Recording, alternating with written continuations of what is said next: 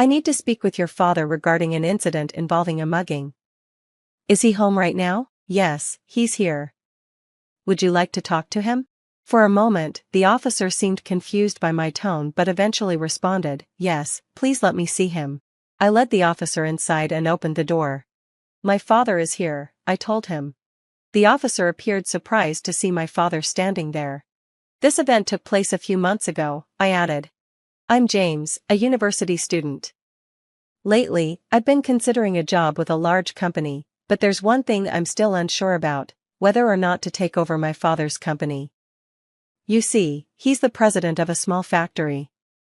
When I was younger, I dreamed of running the factory and taking his place as president. But as I went through my rebellious years, those feelings faded. I started to feel embarrassed by my father, always covered in oil stains from his work. Even now, as an adult, there's still a part of me that feels that way. However, after working part-time jobs, I've developed a deep respect for him. He's always worked tirelessly, supporting many employees and their families. But still, the image of a salaryman in a suit working hard seems somehow more appealing than my father's humble factory life. One day, while shopping with him, we were suddenly called out from behind. James. Both my father and I turned around to see a man about his age, Jack. Long time, no see. Jack greeted us.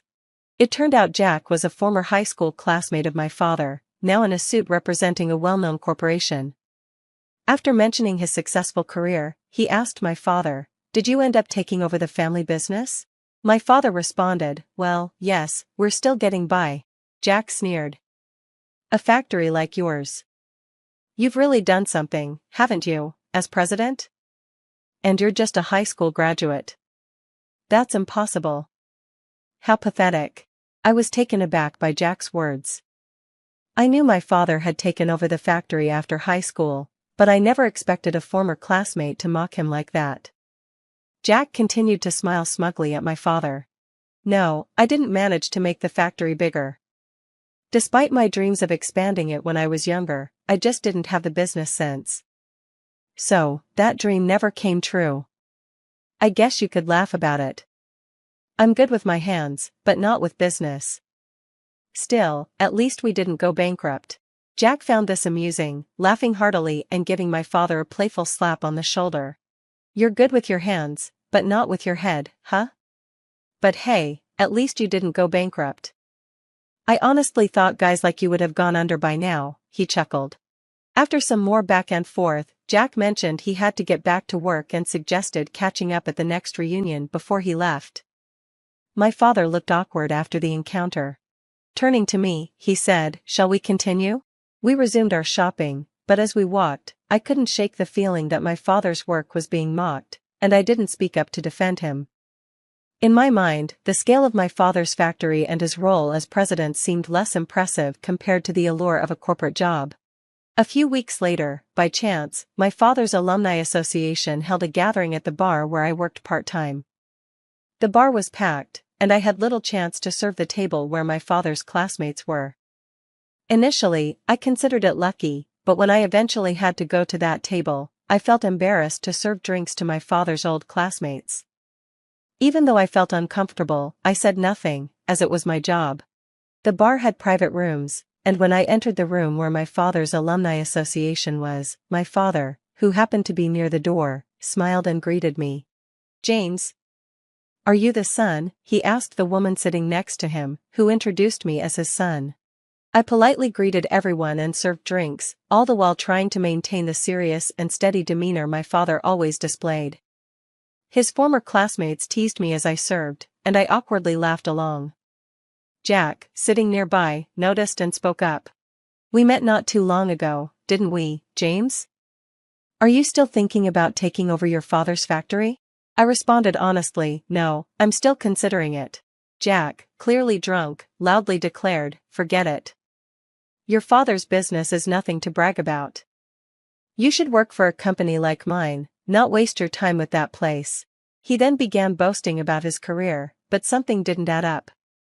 He'd previously told me he was in sales, but now he claimed to be in accounting. I kept quiet, sensing that it could cause trouble to bring it up. But my father, in his drunken state, spoke up, asking, "Has your department changed recently? You were in sales the last time we met, right? Was there an urgent transfer? Did sales not work out for you?" Jack looked flustered and admitted, "Yeah, I switched departments. Sales wasn't for me. I moved to accounting." My father, in a calm voice, pointed out that Jack's company had recently been acquired by a foreign corporation, and its accounting department had since been outsourced overseas. This information drew laughter from the group. Jack, embarrassed and regretful, muttered, "I think I'll head home," and left the room in defeat. The others around us reassured my father that Jack's behavior was nothing new and that he'd always been like that. I felt proud to see my father's honesty praised rather than ridiculed. Even though he was drunk, he had managed to handle a situation that others had found awkward. Half a year has passed since then, and I still find myself grappling with the decision about taking over my father's company. Every day, I feel more unsure about what to do. One day, while relaxing at home, the doorbell rang. Since my mother wasn't around, I went to answer it. "Yes, may I help you?" I asked. The officer at the door looked surprised and asked, "Are you James?" I answered, "Yes." He explained there was an incident involving a purse snatching and that they needed to ask my father some questions. "Purse snatching? My father?" I asked, bewildered. "Yes. Your father is suspected of being involved in a purse snatching." "Is he home?" the officer inquired. "Yes, he's here. Would you like to speak with him?" I invited the officer inside, who seemed taken aback for a moment by my tone. After a brief pause, he responded, "I'd like to speak with him." I led the officer into the room, where I told him, "My father is here." The room contained a Buddhist altar along with a photo of my father, and I explained to the officer that my father had tragically passed away in a traffic accident. The officer was left speechless for a moment, clearly shaken by the news. He muttered an apology, "I'm so sorry for your loss." I asked him who had accused my father of purse snatching, but he said he couldn't share that information with me, as it was confidential. After a few more apologies, the officer left. A few days later, while I was working at my father's factory, trying to fill the gap left by his absence, Jack burst in. "Take me to your father," he shouted, his voice overpowering the hum of the factory machinery. "Return what he stole." The workers, startled by the loud intrusion, stopped what they were doing. I was just as shocked as they were. I approached Jack and said, "My father isn't here." Jack refused to back down. "Then call him out here. He took something from me." One of the employees whispered, "Purse snatching? Is he talking about our president?" But Jack wasn't budging. He crossed his arms and continued to demand, "Where is he?" I calmly responded, "My father wouldn't have snatched a purse. Are you sure you're not mistaken?" Jack insisted, "No, it was definitely your father. He must have been jealous of me working for a big company, so he grabbed my bag. Luckily, I didn't have my wallet on me, but it's still unforgivable that he took anything at all. The police were no help, so I'm here to confront him directly."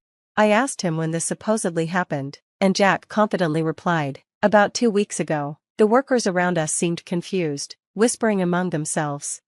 I pressed him further, and his temper flared. "Why do you keep asking me? I said 2 weeks ago. I came all the way to this smelly factory just for this. Let me talk to your father." I could feel my chest tighten with anger. Not only was Jack insulting my father's factory and workers, but he was accusing a man who'd been gone for a month of something he clearly didn't do. I told Jack, "My father died a month ago in a car accident. How could he possibly have stolen from you? Maybe there was no purse snatching at all." Jack looked stunned. "Huh," he muttered, clearly taken aback. I continued, "How could my father snatch a purse when he's been dead for a month? Maybe there's no truth to your story at all." I knew Jack was lying. At the recent reunion, I'd learned he had always been a liar, even back in school. It also turned out Jack had been envious of my father since their youth because the girl he liked had chosen my father over him. His jealousy had festered for years, and now it was making him try to ruin my father's name. I couldn't forgive Jack for making such a false accusation against my father, especially after he had passed away.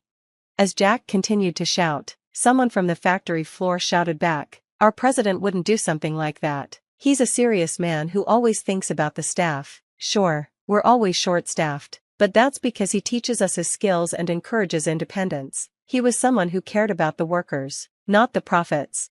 More voices joined in, praising my father's character. and I felt a lump in my throat. I realized how wrong I had been to be embarrassed by my father's work. He was a man who had earned the respect and love of his employees, and even in death, they were still standing up for him.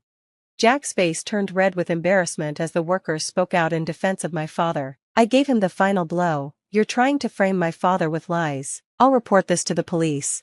Furious, Jack stormed out of the factory, and I followed through on my promise. I reported the false accusation to the police, and thanks to a recording of the incident made by one of the employees, the police were able to act quickly. Jack's lie ended up being his own downfall, and he was arrested and put behind bars for a while. It was a relief to see him face the consequences of his actions.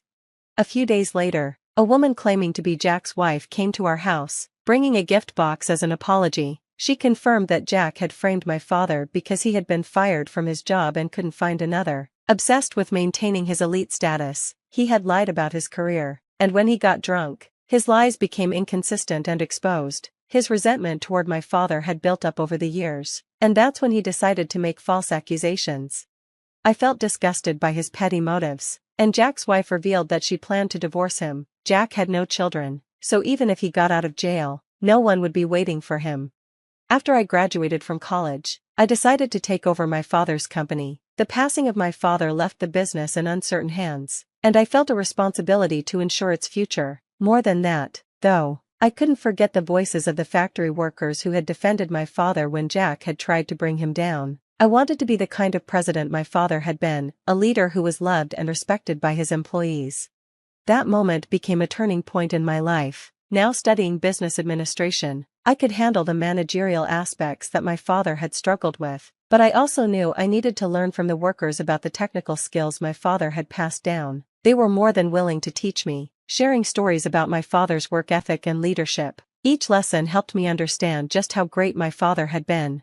As I worked, covered in oil stains like my father before me, I spoke to his portrait. I used to be embarrassed by this dirt, but now I see it as proof of the hard work you put in every day. I'll do my best to follow in your footsteps and make your dream of expanding the factory a reality. I felt as though my father was smiling down on me. I had made up my mind. I was going to work hard and become the kind of president he had always dreamed of, a leader who would build upon his legacy. Thanks for watching. See you in the next video. Stay stunned.